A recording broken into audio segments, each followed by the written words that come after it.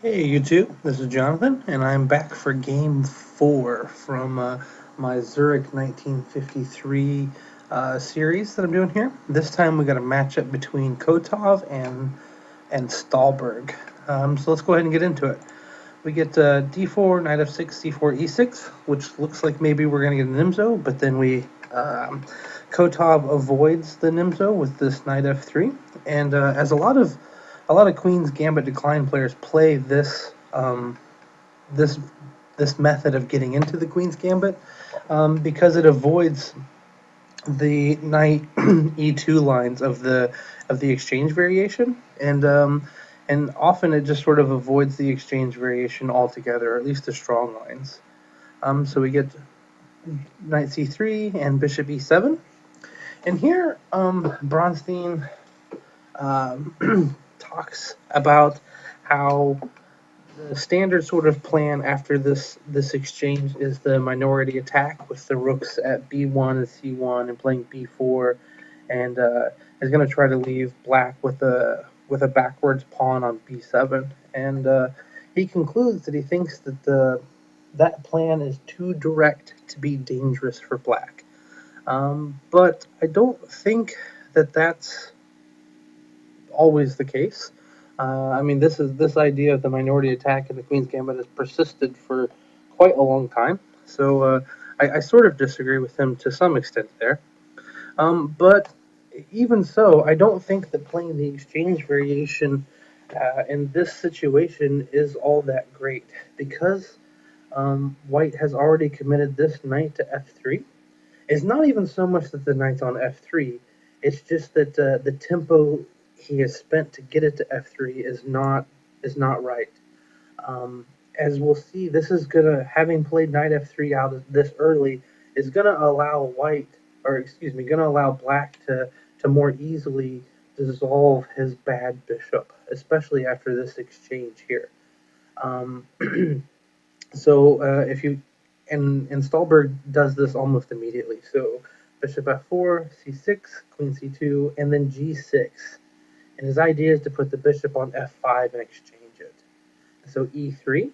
So notice that if white had not spent a tempo on knight f3, he could have played e3 move sooner, and then been playing bishop d3 right now, which would make black's idea of playing bishop f5 much more difficult to achieve.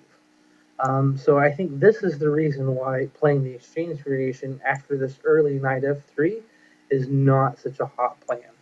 If we go back, if you really want to play an exchange variation after what looks like a Nimzo, you almost have to allow the Nimzo, or at least take the risk of playing against the Nimzo if you want to play the exchange variation. Otherwise, you're not going to get a very good version of the exchange variation.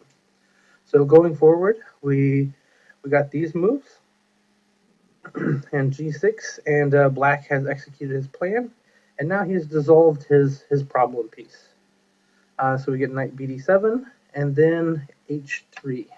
So Kotov has he's going to develop a different plan rather than the standard minority attack. So if he was going to play a minority attack, he probably would just castle queen kingside and play rook b1 and just get started. But this h3 is really a waiting move because he's going to intend to castle the opposite direction of black, and he's going to start a pawn storm on the king side of the board. So this h3 is really, he's just hoping that black is going to castle, and he's already made one move to kind of prepare his pawn storm. Black seems privy to this plan and doesn't go for it. He's just going to put the knight on f8 and then play it out to e6 on the next move.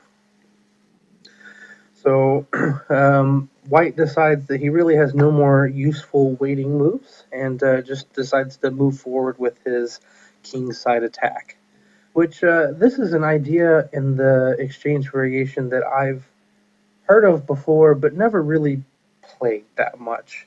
And in this game doesn't really seem to be a great advertisement for playing for it because um, Stahlberg really does an excellent job of repelling this attack. Bronstein comments in his book that in an earlier tournament in 1952 that even Botvinnik, who was the current world champion at the time, was unable to crack Stahlberg's Queen's Gambit decline. And I think that it holds up in this game. So we get 96, and the bishop goes back to g3, which would be an excellent square for the bishop if he were going for a minority attack. It sort of controls a couple of these key squares that black may need to use to defend his queenside. But that's not what he's doing. He's trying to play a kingside attack. So maybe putting the bishop on e5 makes more sense. Here it maybe is in the way or just doesn't really lend itself to help with the attack. So we get queen a5 and then knight d2. And knight d2 is needed because going to knight e4 was a threat now because of the knight on c3 being pinned. So he plays knight d2 to parry that.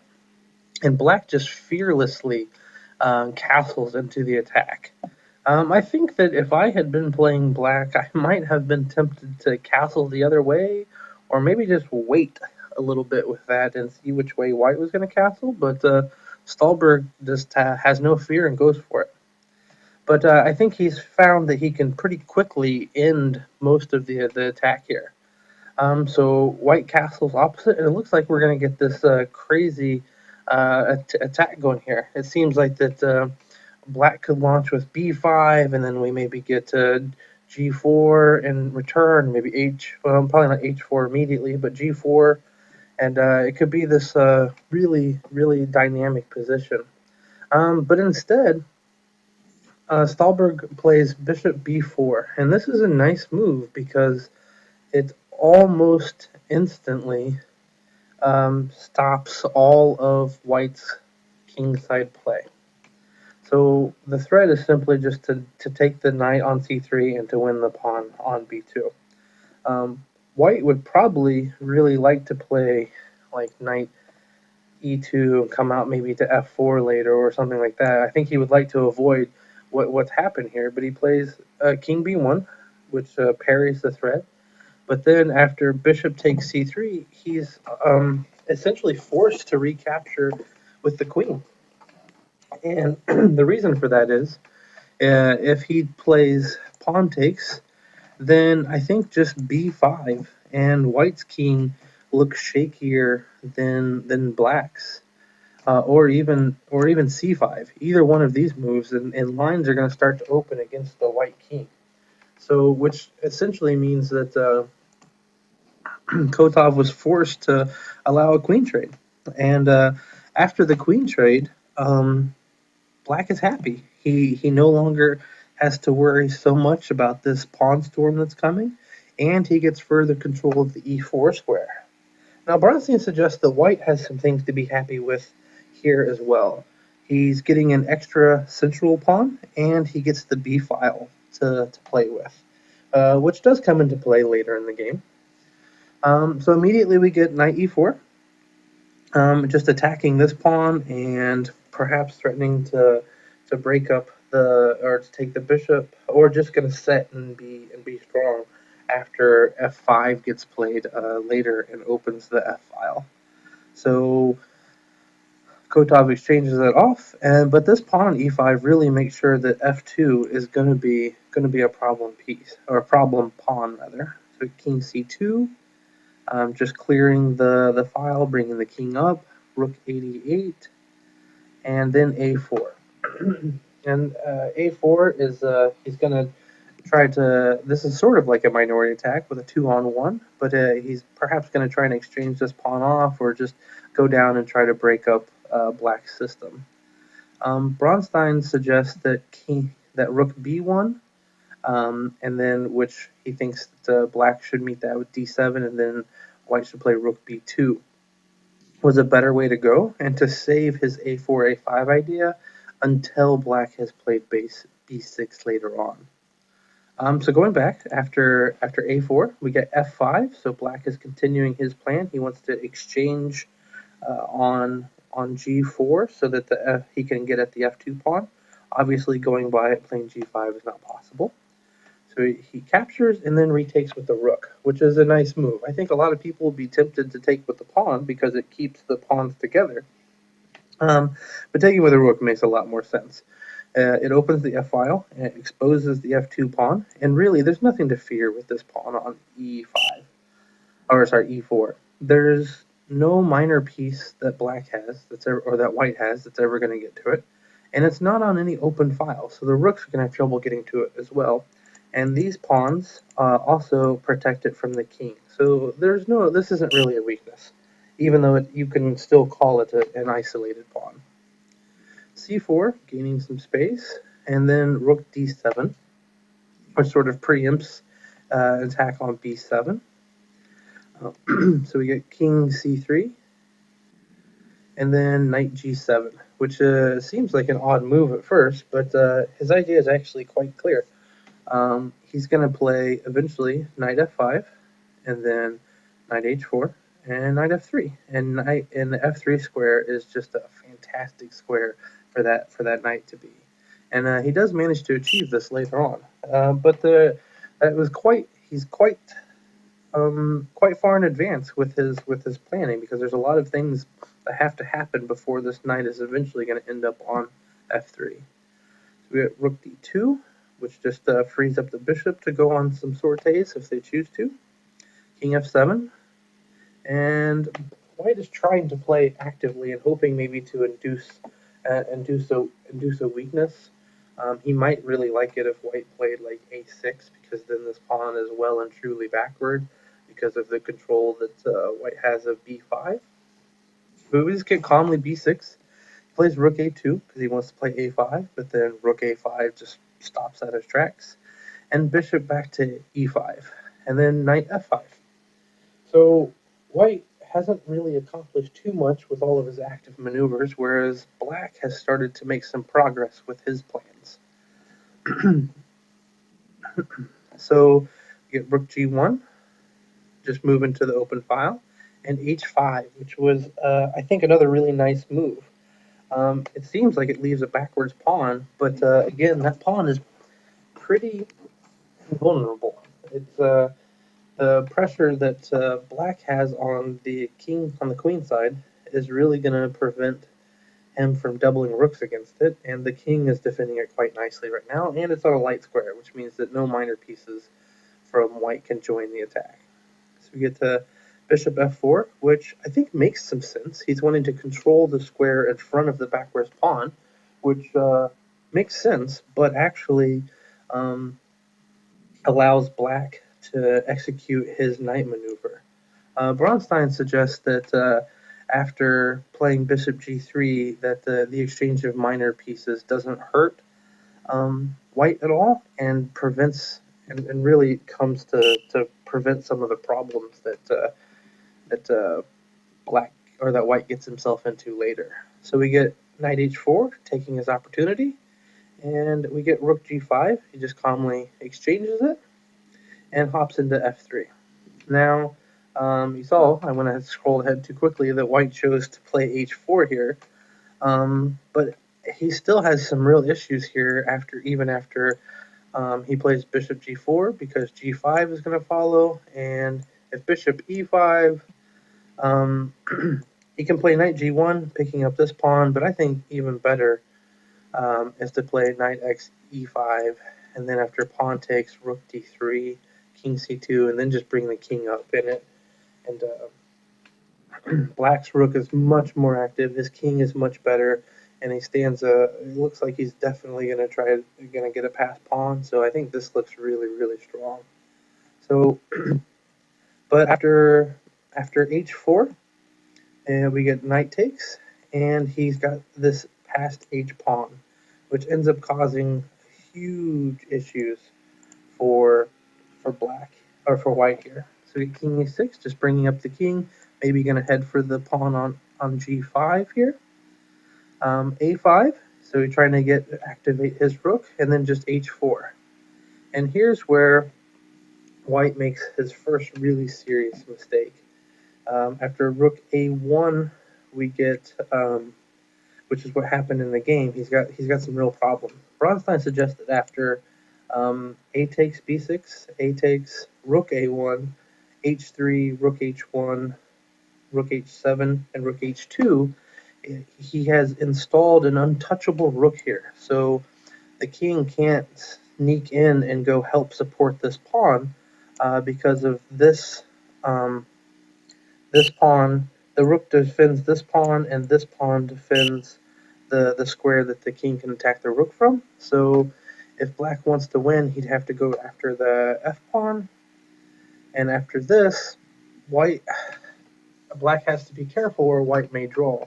So for example, after takes and then just king takes, this position seems like it's probably going to be a draw. But instead of b5, we get a pretty interesting play. So after d5, c takes, king takes, and king f6 is the line that I analyzed that I think is clearer.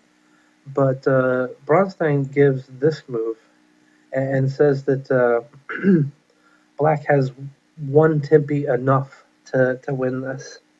After like c6, g5, king b6, g4, c7, rook h8, king b7, and g3 takes, comes over here, h2 and rook a1, and then the tricky move, king f3, and a very complex position, but should be winning for black here.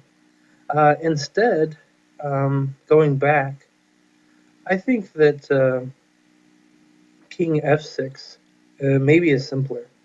So after king f6, king b6, e5, c6, king d6, rook h1, because what else is he going to do? If he plays the king back, then the king gets in front of the pawn. He can't obviously advance that pawn, so he's got to play there. And now he's out of tempi and has to do something.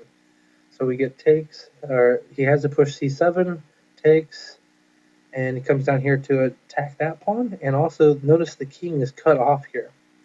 So if he goes after this pawn, then we get a nice check here, and the king comes in.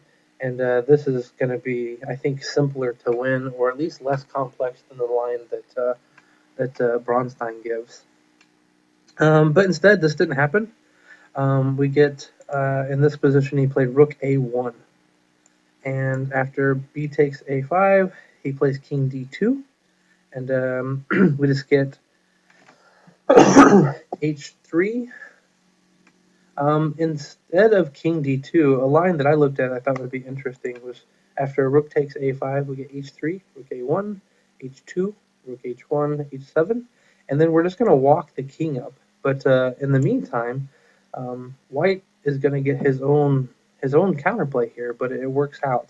I'll just go through the lines real quick so you can see what I saw here, and then get this sort of interesting line. And so they both queen, and if white just takes the queen, then we have some problems. But we get the stair ladder idea, and now black is just up a rook in this situation. He's not going to be able to queen a second pawn. So I thought that was an interesting line. So I thought I would show that real quickly. But instead we've got king d2, and after h3, king e2. I guess he's trying to head over. He's after maybe h2, perhaps he could go king f1 or maybe f3. But after this, the game is just over because he's got no way of stopping both of these pawns and has nothing of his own to be able to move forward here. And so threw in the towel. Quite a nice game from Stahlberg. And I think shows a really nice example of how to handle what is perhaps an inferior version of the Queen's Gambit decline exchange variation. I hope that you found this game instructive, and see you guys next time. Thanks a lot. Bye-bye.